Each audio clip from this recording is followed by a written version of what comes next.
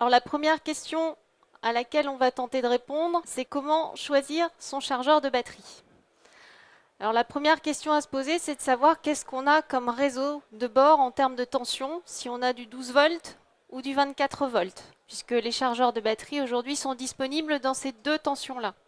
Ensuite, il va falloir faire l'inventaire du nombre de batteries que l'on a besoin de recharger, puisque la plupart des chargeurs de batterie présents sur le marché aujourd'hui sont disponibles avec plusieurs sorties. Et puis, il va falloir se poser la question aussi de leur capacité. Et la capacité d'une batterie, elle s'exprime en ampères-heure.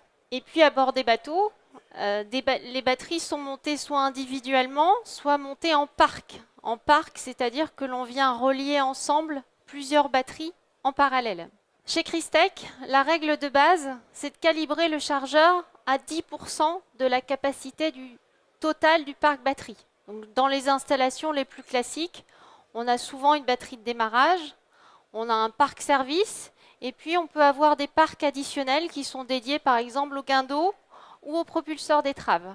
Donc l'objectif pour calibrer un chargeur correctement, c'est de prendre 10% du parc global. Alors pourquoi 10%? Parce qu'on s'aperçoit en fait qu'une batterie ne peut guère ingurgiter plus de 10% de sa capacité.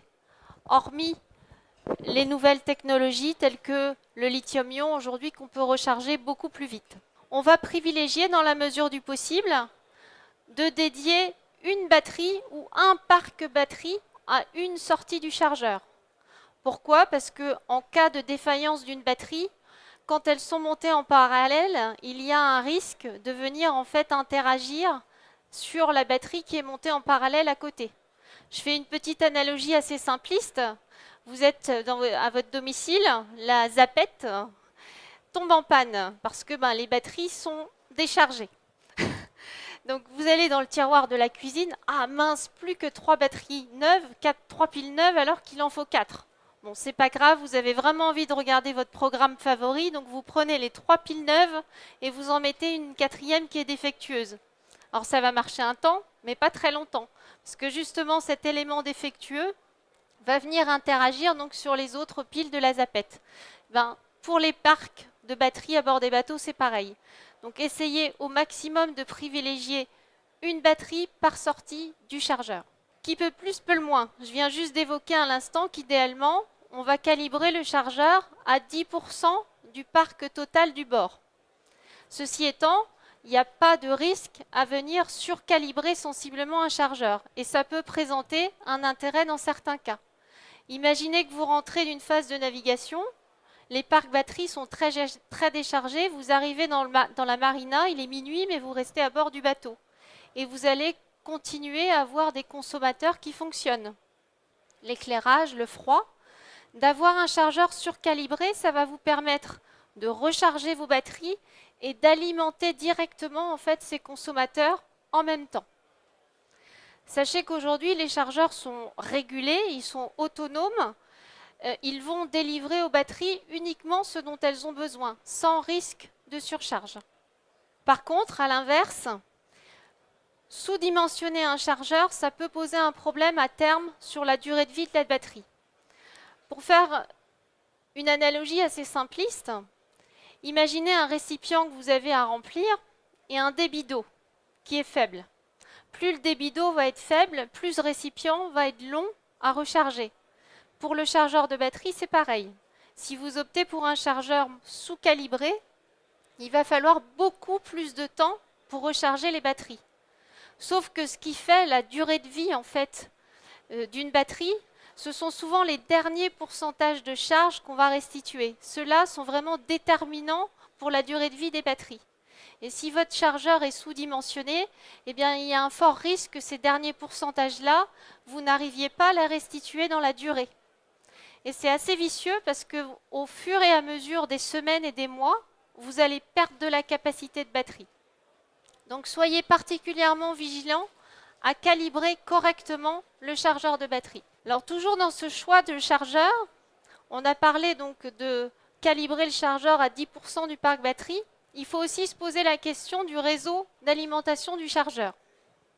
Par définition, Le chargeur de batterie, on l'appelle aussi le chargeur de quai, parce que bien évidemment, il faut du réseau 230 volts pour qu'il fonctionne. Mais le chargeur de batterie peut être aussi alimenté à partir d'un groupe électrogène. Donc aujourd'hui, sur le marché, il existe différents produits avec des caractéristiques qui peuvent différer. Chez Crystec, l'ensemble des chargeurs de batterie sont dotés de ce qu'on appelle l'entrée alternative universelle.